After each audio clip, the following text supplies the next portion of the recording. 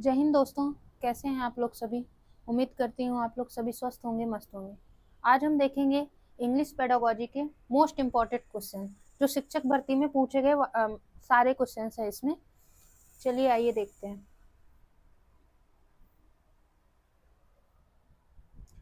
हमारा पहला क्वेश्चन है जो हमारा 18 फरवरी 2019 की शिफ्ट 1 में आया था। एमपी टेट वर्ग 2 का क्वेश्चन है। क्या बोल रहा है? Which method of teaching English focus on learning language structures and patterns through repetition and drills. क्या बोल रहा है? अंग्रेजी शिक्षण की कौन सी विधि पुनरावृत्ति और अभ्यास के माध्यम से भाषा और संरचनाओं और पैटर्न को सीखने में मदद करती है। तो कौन कौन सी हमारी जो भाषा और उसके पैटर्न को सीखने में मदद करती है? क्या क्या ऑप्शन दिए गए हैं? Direct method, grammar translation method, audio lingual method या कम्युनिकेटिव लैंग्वेज टेक्निक। क्या होगा इसका बताइए। डायरेक्ट मेथड मतलब क्या होता है कि प्रत्यक्ष विधि। कौन सी विधि? प्रत्यक्ष विधि। आज आप लोग रफ और पेन लेके बैठिएगा और खुद से सॉल्व करिएगा कि आप लोग पेडागोजी के कितने क्वेश्चंस कर पा रहे हो। अपने 20 क्वेश्चन है टोटल, 20 में से आपके कितने क्वेश्चन सही हो पा रहे हैं। ये सारे क्वेश्चंस पेपर में आए हुए हैं, ये प्रीवियस ईयर के क्वेश्चन है। दूसरा कौन सा है? Grammar translation method. क्या ग्रामर का मतलब क्या होता है? व्याकरण अनुवाद विधि। कौन सा? व्याकरण अनुवाद विधि। तीसरा क्या दिया गया है? Audio lingual method. कौन सी? आइडियो मतलब श्रव्य भाषाई विधि। कौन सी? लिंगुअल विधि। और चौथा कौन सा है? कम्युनिकेटिव लैंग्वेज टेक्नीशियन, जिसका शॉर्ट नेम होता है CLT। ठीक है ना। तो इसका क्या हो जाएगा? संप्रेषण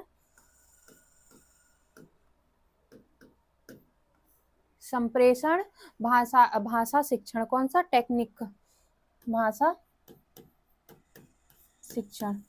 तो आप लोग बताइए कि जब हम कोई भी भाषा सीखते हैं या रिपीटेशन में कौन कौन सा माध्यम का? डायरेक्ट मेथड नहीं, एक बार हमसे किसी ने कुछ बोल दिया, क्या वो डायरेक्ट विधि? क्या व्याकरण की विधि? नहीं, आइडियो लिंगुअल मेथड अपनाते हैं। कौन सी? आइडियो लिंगुअल मेथड अपनाते हैं। संप्रेषण तो एक दूसरे को संप्रेषण करना भाषा हो गया। चलिए अब हमारे नेक्स्ट क्वेश्चन पे आते हैं। आप इसकी स्क्रीनशॉट भी ले सकते हैं इसका। सेकंड क्वेश्चन हमारा क्या कह रहा है? सेकंड क्वेश्चन हमारा कह रहा है कि ये हमारा कब आया है? 18 फरवरी। ये हमारा कब आया है? 18 फरवरी 2019 को आया है। एमपी टेट वर्ग 2 में आया है। ठीक है ना। अब हमारा क्या कह रहा है? Remedial teaching in English language education is primary intended for. क्या बोल रहा है कि अंग्रेजी भाषा शिक्षा में उपचारात्मक शिक्षण मुख्य रूप से किसके लिए है? ठीक है ना। उच्चारण वाली शिक्षण मुख्य रूप से किसके लिए बताया गया है? क्या बताया गया है? Exceptionally bright student to help them skip classes. वो स्टूडेंट, वो मतलब होशियार स्टूडेंट, विशेष स्टूडेंट जो क्लास में पीछे छूट गए हैं। नंबर 2 क्या कह रहा है हमारा? नंबर 2 कह रहा है learner who are lagging behind in specify learning area. क्या बोल रहा है कि वे शिक्षार्थी जो विशिष्ट शिक्षण में पीछे छूट रहे हैं। और दूसरा हमारा क्या कह रहा है? दूसरा हमारा कह रहा है कि वो शिक्षार्थी जो विशिष्ट शिक्षण में पीछे छूट रहे हैं। और तीसरा हमारा क्या कह रहा है? Teachers to improve their instruction style. तीसरा क्या कह रहा है? क्या बोल रहा है? शिक्षकों को अपनी शिक्षण शैली में सुधार करने के लिए। और चौथा हमारा क्या कह रहा है? चौथा हमारा क्या कह रहा है? Induction advanced literature to high achieve. बताइए इसमें से कौन कौन सा होगा? उपलब्धि हासिल करने वाले को उत्तम साहित्य में परिचित। तो बताइए ऐसा कौन सा ऑप्शन होगा कि जो remedial teaching in English language education is primary indent कर रहा है? बच्चों को असाधारण रूप से प्रतिभाशाली छात्रों को कक्षाएं छोड़ने में मदद करने के लिए कौन सा होगा? ये वाला।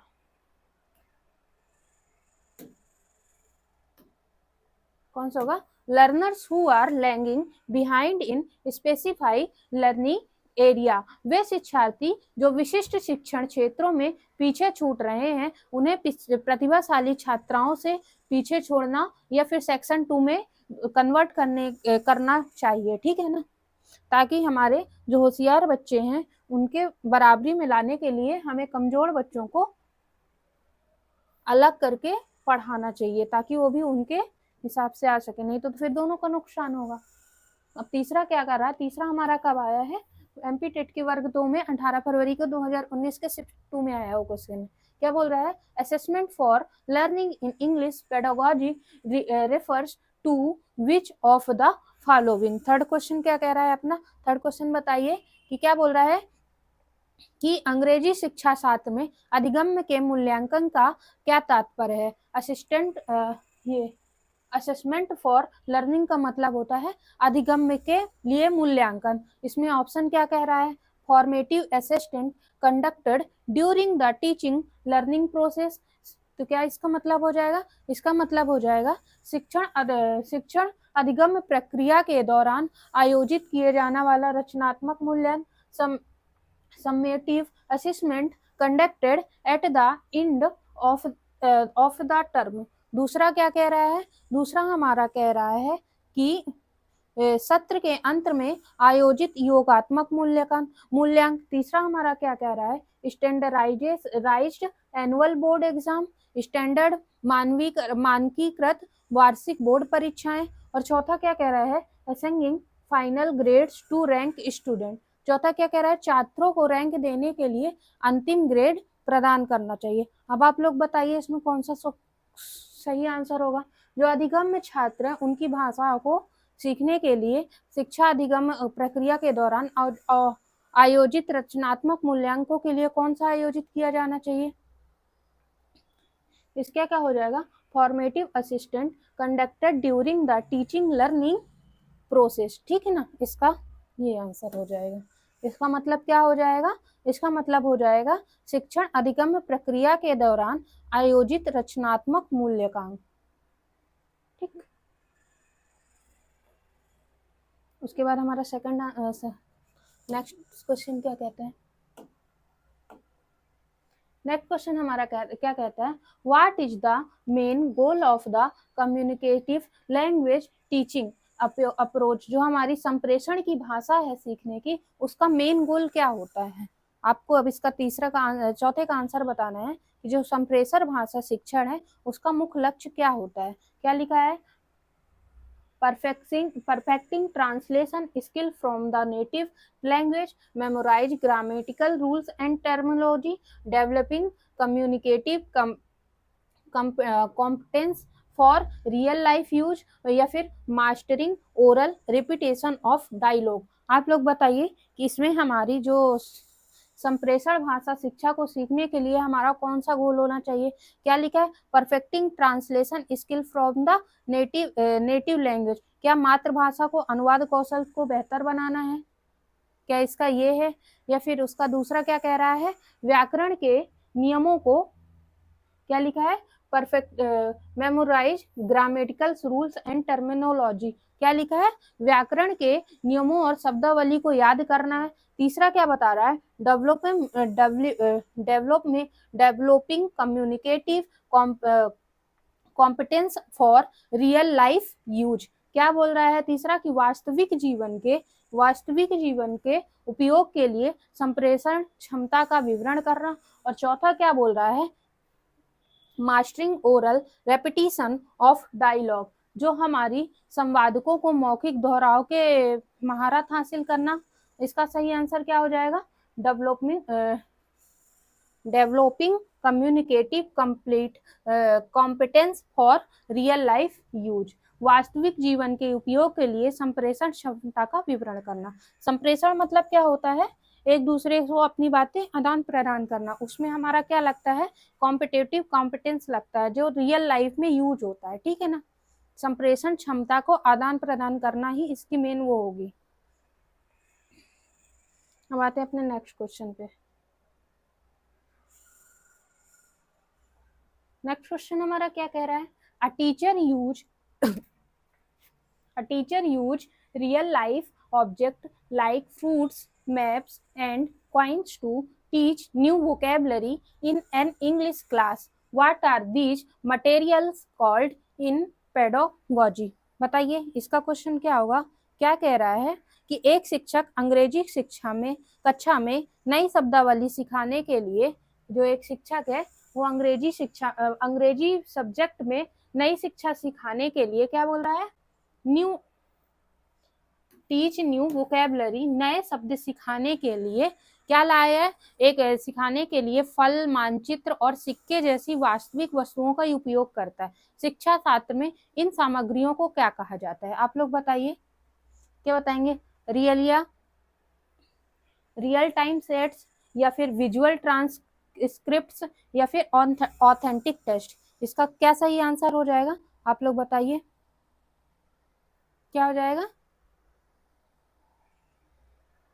क्या ये हो जाएगा रियल चीजें, ठीक है ना। अपन जो कक्षा में भाषा सिखाने के लिए लाई जाने वाली वास्तविक जीवन की वस्तुएं जैसे खिलौने, सिक्के, बर्तन, फल आदि, ये शिक्षा शास्त्र की रियालिया कहा जाता है। क्या कहा जाता है, रियालिया कहा जाता है। अगर तो आप लोग को समझ में आ गया होगा कि अगर कोई भी टीचर कोई भी वास्तविक चीजें आपस में लाता है तो उन सारी चीजों को क्या कहा जाता है, रियालिया कहा जाता है।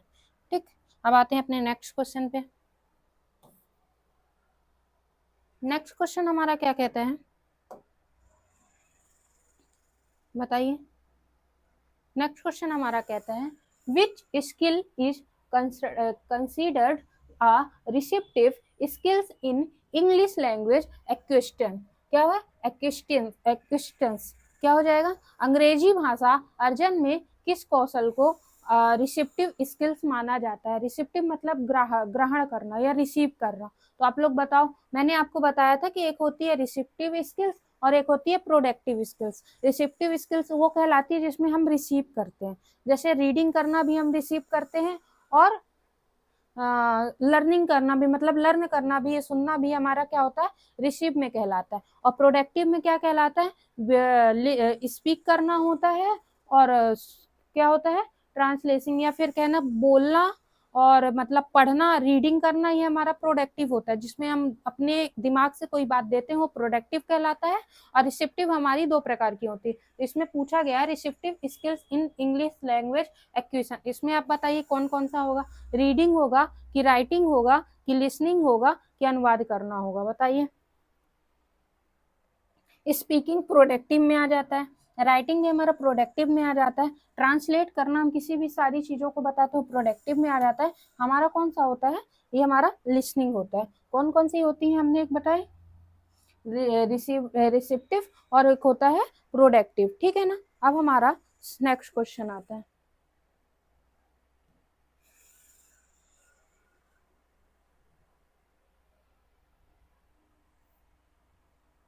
नेक्स्ट क्वेश्चन हमारा क्या कहता है, कहता है what is the main purpose of remedial teaching in English language learning. क्या बोल रहा है कि अंग्रेजी भाषा सीखने में उपचारात्मक शिक्षण का मुख्य उद्देश्य क्या है। रेमिडियल टेक्नीशियन टीचिंग मतलब होता है उपचारात्मक, क्या होता है,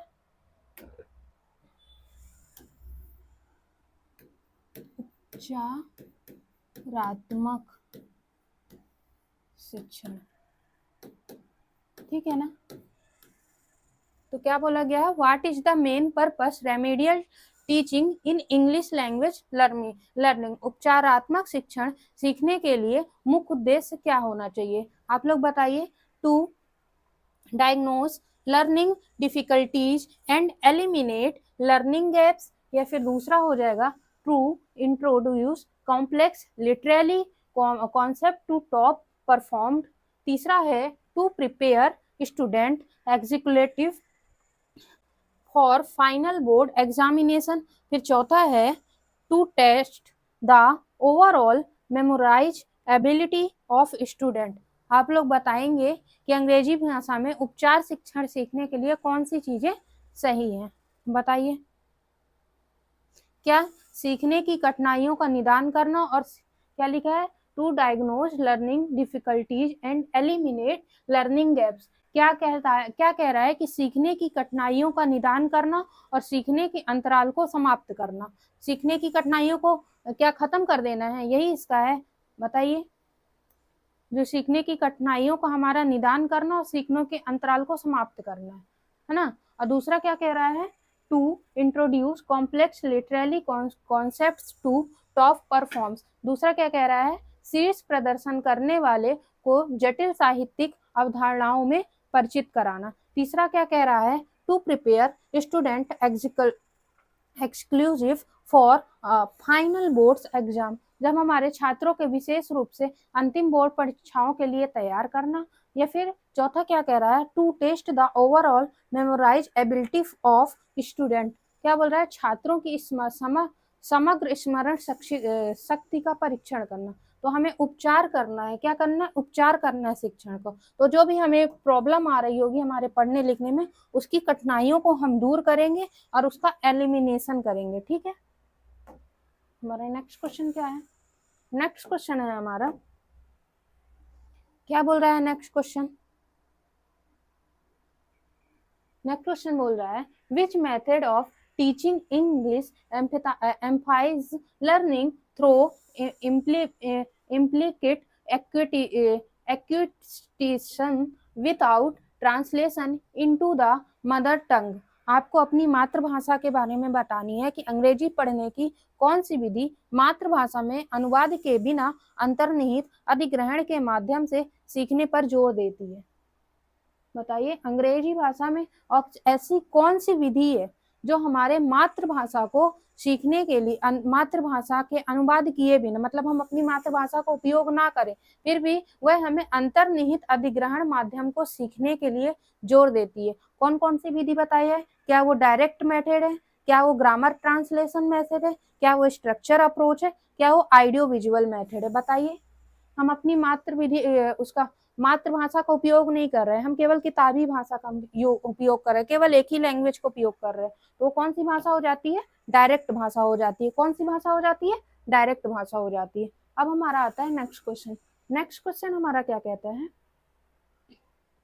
which of the following skills are known as productive skills language acquisition। अभी मैंने आपको रिसेप्टिव लैंग्वेज बताया था, अब आपको बताना है कि प्रोडक्टिव स्किल्स कौन कौन सी होंगी। बताइए, प्रोडक्टिव कौन कौन सी होती हैं। इसका क्वेश्चन, इसका आंसर तो आप खुद ही दे सकते हो। बताओ, अभी मैंने बताया ना कि प्रोडक्टिव स्किल्स वो होती हैं जो हमारे द्वारा किसी को दी जाती है। बताइए कौन कौन सी होती हैं, लिसनिंग एंड रीडिंग, सुनना और पढ़ना।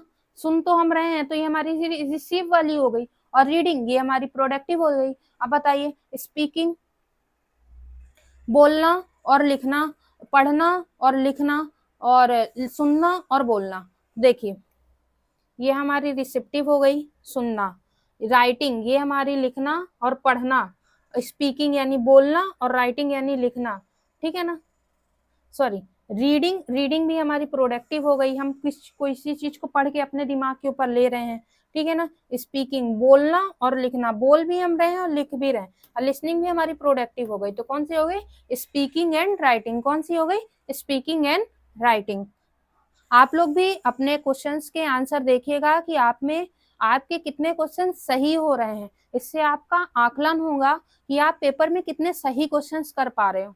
ठीक है ना, ये टॉपिक वाइज क्वेश्चंस हैं सारे, जिससे आपको पता चलेगा कि आपको इस सब्जेक्ट में आपने कितनी कमांड है पकड़ी है। ठीक है, नेक्स्ट क्वेश्चन क्या कह रहा है, the direct method of teaching English was developed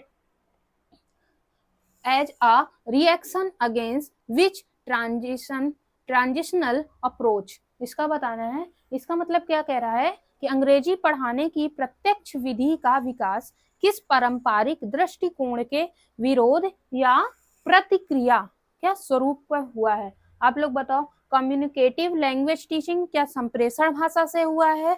दूसरा क्या बोल रहा है, ग्रामर ट्रांसलेशन मेथड क्या व्याकरण मेथड से हुआ है। तीसरा क्या कह रहा है, स्ट्रक्चरल अप्रोच क्या हमें मतलब संरचनात्मक दृष्टिकोण से दिखाया गया है। और चौथा बताया गया आइडियो लिंगुअल मेथड कि आइडियो हमें सुनने की भाषा से समझाया गया। तो आप लोग बताइए, जो हमारी डायरेक्ट मेथड विधि का विकास है वो किस पारंपरिक से हुआ है। अंग्रेजी पढ़ाने की प्रत्यक्ष विधि। आप लोग अंग्रेजी पढ़ते हो, डायरेक्ट जो आपकी बुक में आता है, न्यूज़पेपर आता है, आप उसको डायरेक्ट पढ़ने लगते हो, वो आपको किस विधि से मिला है, वो डायरेक्ट मेथड किस विधि से मिला है, आप लोग क्या क्या जानते हो उसमें। सबसे बड़ी बात होती है आपको ग्रामर्स का नॉलेज होता है, तो आप लोग सेंटेंसों को पढ़ते हो और समझ पाते हो, ठीक है ना। तो इसमें सबसे बड़ा सही अप्रोच क्या हो जाएगा, ग्रामर ट्रांसलेशन मेथड, ठीक। हम कोई भी चीज पढ़ते हैं, बुक पढ़ते हैं, हिंदी पढ़ते हैं, कुछ भी पढ़ते हैं, अगर हमें सेंटेंस का नॉलेज है, हम समझ पा रहे हैं कि उसमें लिखा गया जो वर्ड है वो उसका मतलब क्या होता है, तो उसमें हमें सबसे बड़ी बात क्या होती है कि हमें ग्रामर और ट्रांसलेशन मेथड पता है, ठीक। अब उसमें हम नेक्स्ट क्वेश्चन आते हैं। नेक्स्ट क्वेश्चन हमारा क्या कह रहा है, नेक्स्ट क्वेश्चन डालिएगा। In language teaching in language teaching, phonic deals primary with which aspect of language। अब इसका मतलब क्या होता है, भाषा शिक्षा में ध्वनि विज्ञान, होमोफोन्स होते हैं ना, तो क्या लिखा, फोनिट, क्या लिखा है, फोनिट्स डील्स, क्या होता है इसका मतलब, ध्वनि विज्ञान, क्या, ध्वनि, ठीक है ना।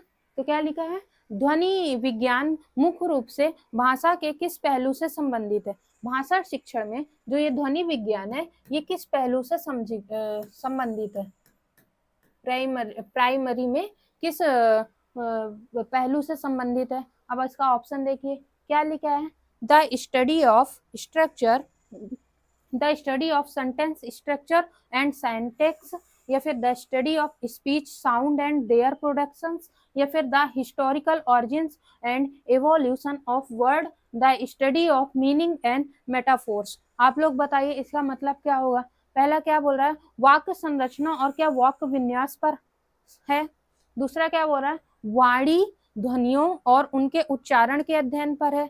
तीसरा क्या बोल रहा है, the historical origin and evolution of word, क्या बोल रहा है कि शब्दों की ऐतिहासिक उत्पत्ति और विकास पर है, कि the study of meaning and metaphors, की अर्थ और रूपकों के अध्ययन पर है।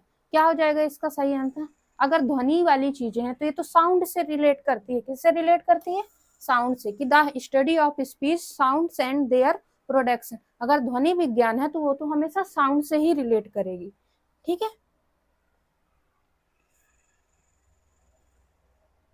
आप शब्दों को, क्वेश्चंस को रिलेट करा करिए, ये किस चीज से कैसे क्या रिलेट कर रहा है।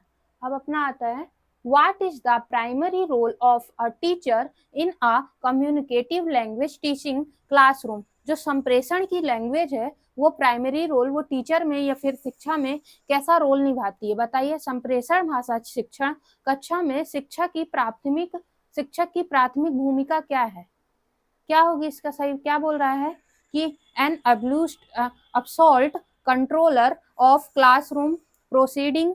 दूसरा क्या है, a facilitator and manager of interactive learning environment, या फिर तीसरा क्या है, a passive evaluator of grammar exercise. चौथा क्या है, a primary source of error correction during oral practice. क्या हो जाएगा बताइए कि हमारा जो संप्रेषण वाला भाषा वो कैसा हो जाएगा, क्या कक्षा की कार्यवाही का पूर्ण नियंत्रण है, कंट्रोल करता है, क्लासरूम को कंट्रोल करना, a facilitator and manager in interactive learning environment. वो मतलब हमारे आसपास के जो इन्वायरमेंट है इंटरेक्टिव है उसमें मतलब अपना एक सुगम करता है या फिर फैसिलिटी देता है, प्रबंधक करता है। तीसरा क्या बोलता है, a passive evaluator of grammar exercise, ये व्याकरण की भाषा को समझाता है।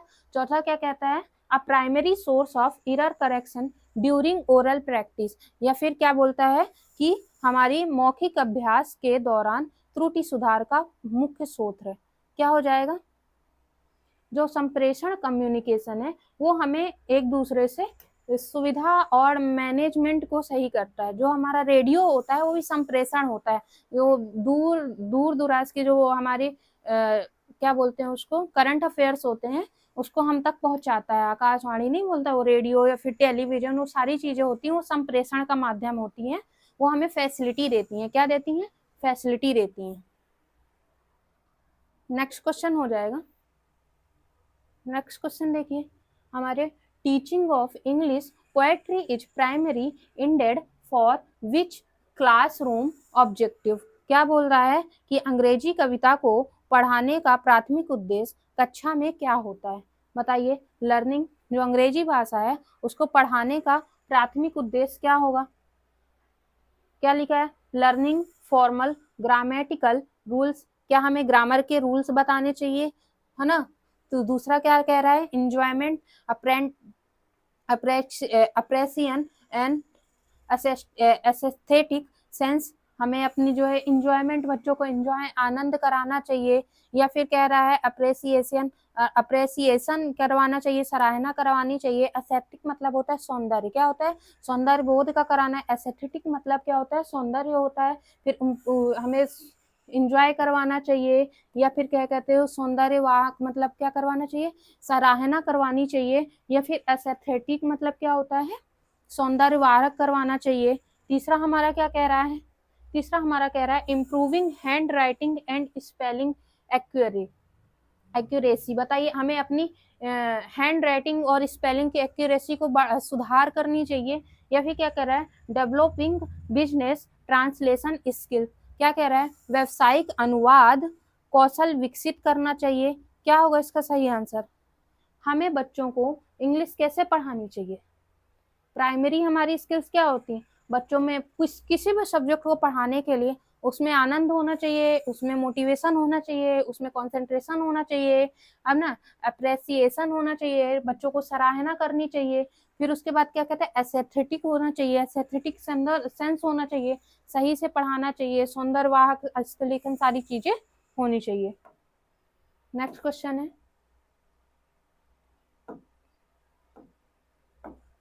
नेक्स्ट क्वेश्चन हमारा क्या बोल रहा है? According to language acquisition theory children acquire a language primary through. बताइए इसका मतलब क्या होगा? भाषा अर्जन सिद्धांत के अनुसार, क्या? According to language acquisition theory, ठीक, भाषा अर्जन सिद्धांत के अनुसार क्या बोला है? फिर children acquire a language primary through. क्या बोला है? बच्चे मुख्य रूप से भाषा कैसे अर्जित करते हैं? भाषा अर्जन सिद्धांत के अनुसार हमें बताना है कि भाषा को बच्चे कैसे अर्जित करते हैं। बच्चों को आप जो भी पढ़ाते हो या फिर जिस भाषा में पढ़ाते हो उसको बच्चे कैसे सही अपने अंदर अंतर्ग्रहण करते हैं। तो क्या हो जाएगा? कंटिन्यूअस फॉर्मल ग्रामर प्रैक्टिस में, क्या हमेशा व्याकरण के प्रैक्टिस में उसको अर्जन करते हैं। दूसरा क्या बोल रहा है? Nature explore and interaction with their environment. फिर दूसरा क्या बोल रहा है? अपने पर्यावरण के साथ प्रकृति संपर्क और अंतःक्रिया के द्वारा। तीसरा क्या बोल रहा है? Memorise long vocabulary lists lists sorry lists list sorry हाँ lists list with definition. Memorise long vocabulary list with definition. क्या कहते हैं? अपनी परिभाषाओं को लंबी शब्दावली सूचियों को याद करके बताता है। फिर explicit rules base interaction for from textbook, या फिर उसको अपने पाठ्यक्रमों को स्पष्ट नियम अधिकार आधारित निर्देशानुसार करता है। तो बताइए बच्चे कैसे उसको सही से करते हैं? बच्चे जो है अपने आसपास के इन्वायरमेंट के साथ प्रकृति के संपर्क में और अपनी सूझबूझ से उस भाषा को अर्जन करते हैं। क्या करते हैं बच्चे? कैसे अपना करते हैं? अपने आसपास के जो एनवायरनमेंट होता है उससे इंटरेक्ट होते हैं और अपनी सूझबूझ से नेक्स्ट पर्पज से अपना सारी चीजें उस अपने अंदर ग्रहण करते हैं। ठीक,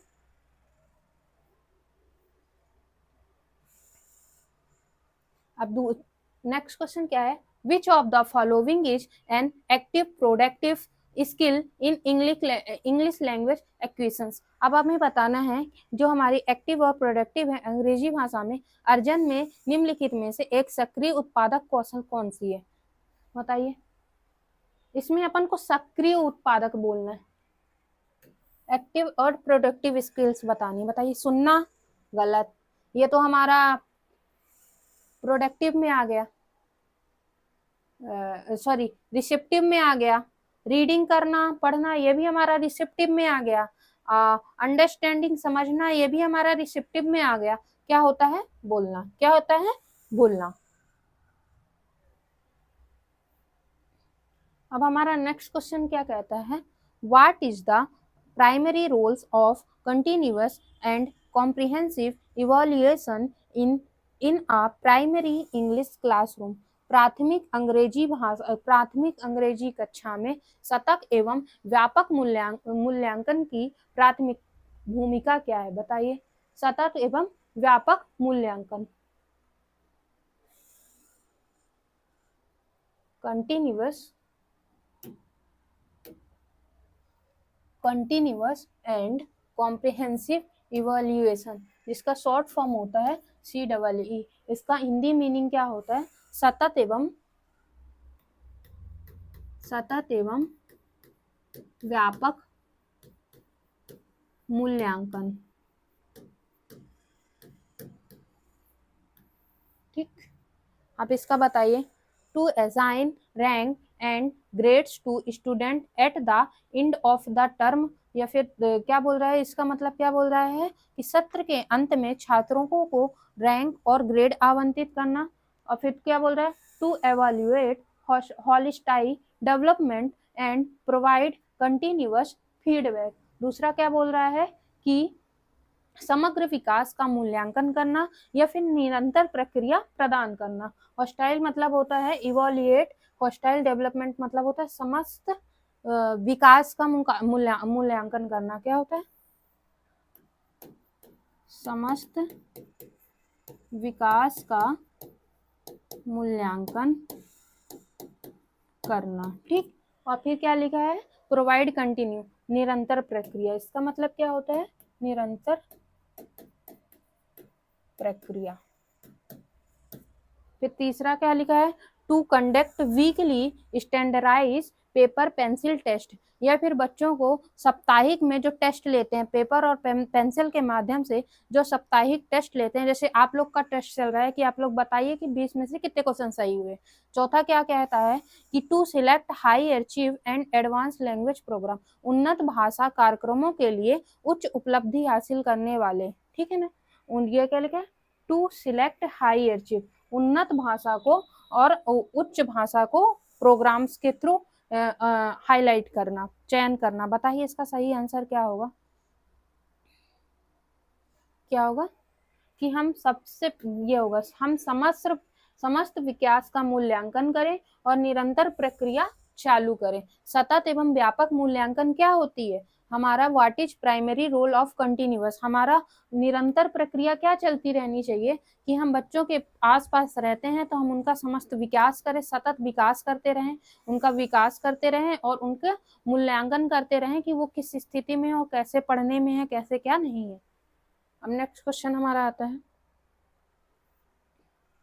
नेक्स्ट क्वेश्चन हमारा क्या कह रहा है? नेक्स्ट क्वेश्चन कह रहा है a teacher use physical object action and real word context to teacher new vocabulary to primary student, this technique is no as using. ठीक है ना, क्या बोल रहा है कि physical object action and real words context to teach new vocabulary to primary student, से एक शिक्षक प्राथमिक छात्र को नई शब्दावली सिखाने वाला है। क्या बोल रहा है? A teacher use physical object, वो क्या सिखाने वाला है? New teach a new vocabulary. Vocabulary मतलब क्या होता है? शब्दावली। एक शिक्षक जो है प्राथमिक छात्रों को नई शिक्षा नीति सिखाने के लिए कौन कौन सी वस्तुएं लाया है? फिजिकल ऑब्जेक्ट, भौतिक वस्तुएं लाया है, और क्या लाया है? कुछ क्रियाएं और वास्तविक रियल वर्ड कॉन्टेक्स्ट लाया है। क्या लाया है? कि वास्तविक संदर्भों का उपयोग किया। कुछ भौतिक वस्तुएं हैं और कुछ वास्तविक संदर्भों का उपयोग किया। तो आप लोग को बताना है कि इस तकनीकी को किसका उपयोग माना जाता है, ये कौन सी इस तकनीकी है? रियालिया है कि मेमोराइज है कि ऑडियो विजुअल ट्रांसक्रिप्ट है कि क्या है इसको, इसका फोल्डिंग चार्ट है? बताइए। ये जो है इसको फोल्डिंग चार्ट मतलब होता है कि पहाड़ा का सहारा देना, जो आता है ना, पहाड़ा का सहारा देना, ये वाली प्रक्रिया को अपनाया है। कि ऑडियो यानी श्रव्य वाली प्रक्रिया को अपनाया है, कि मेमोराइज यानी यादों को उनके अपनाया है, या फिर रियल यानी वास्तविक चीजों को अपनाया। जब कोई टीचर कोई भी सामान या फिर कोई वस्तु लाता है, फिजिकल चीजों को लाता है, तो वहां पे सारी चीजें रियलिया होती हैं, क्या होती है, रियल होती हैं, ठीक है ना। तो कौन सा आंसर हो जाएगा हमारा, रियल। हम आते हैं नेक्स्ट क्वेश्चन पे। हमारा नेक्स्ट क्वेश्चन क्या बोलता है, क्या बोलता है, diagnostic testing in English language learning is primary conducted to, क्या बोला गया है कि अंग्रेजी भाषा सीखने के निदानात्मक परीक्षण मुख्य रूप से किसके लिए आयोजित किया जाता है, बताइए। डायग्नोस्टिक टेस्टिंग, इसका मतलब क्या होता है,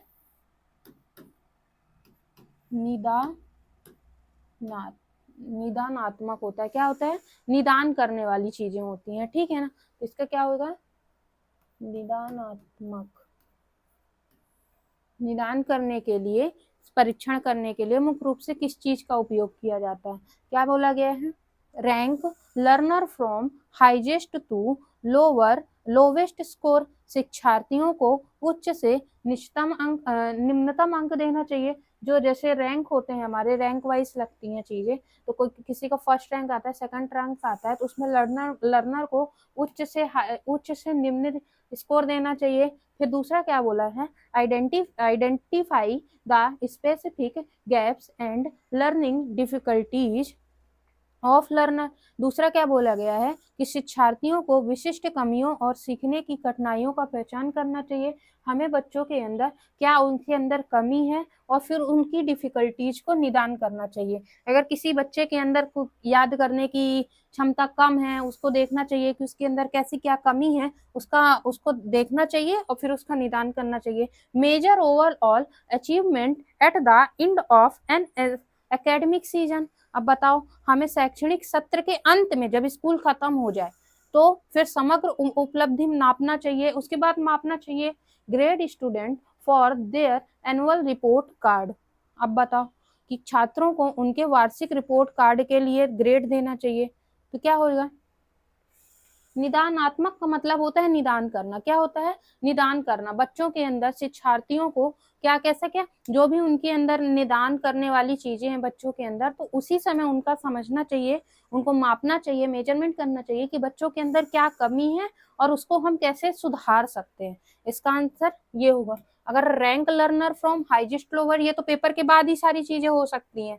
फिर measure overall achievement end to academic session, ये तो लास्ट में जब एनुअल एग्जाम हो जाता है तब बच्चों को समझ के क्या फायदा, बच्चे तो बढ़ चुके होंगे, तब नेक्स्ट क्लास में चले जाएंगे, ठीक। उसके बाद हमारा कौन सा, ग्रेड स्टूडेंट, बच्चों को ग्रेड देने से बच्चों के अंदर सुधार थोड़ी ना आएगा, बच्चों को समझना होगा कि बच्चे कैसे क्या परफॉर्म कर रहे हैं, हम उसमें क्या निदान कर सकते हैं और कैसे उन्हें सही कर सकते हैं। अब हमारा आता है नेक्स्ट क्वेश्चन।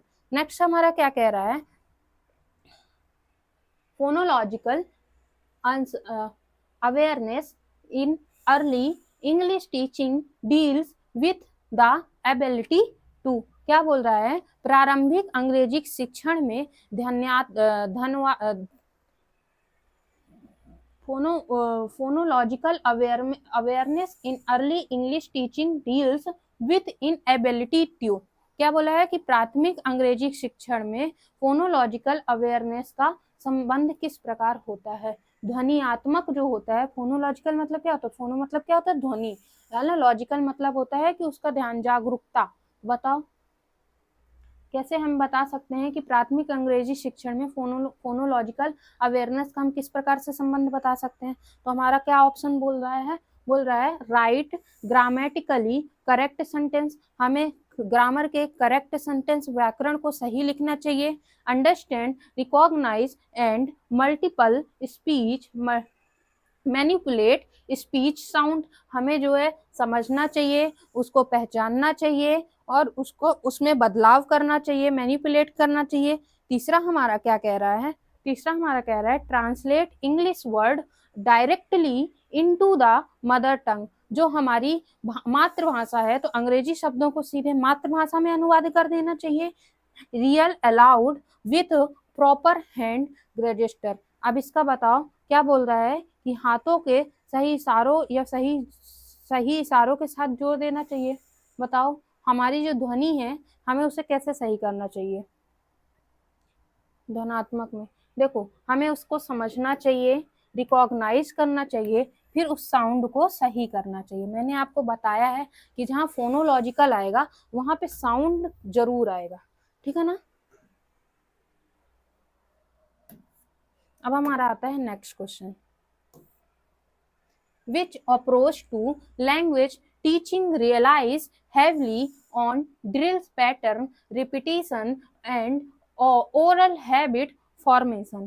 क्या बोला है कि भाषा शिक्षण का कौन सा दृष्टिकोण अभ्यास, पैटर्न दोहराव और मौखिक आदतों का निर्माण पर अत्यधिक निर्भर करता है।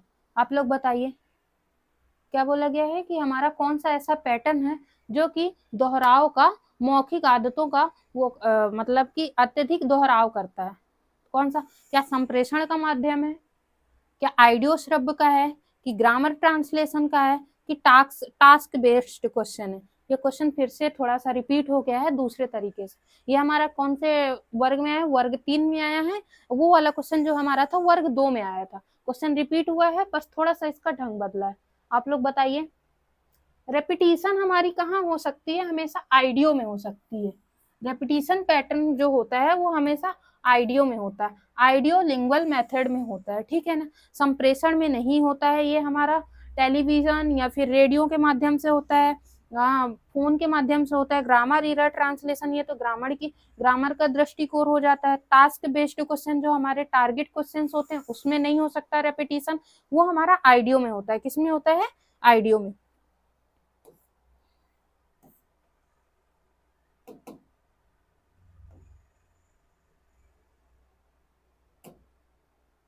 ठीक,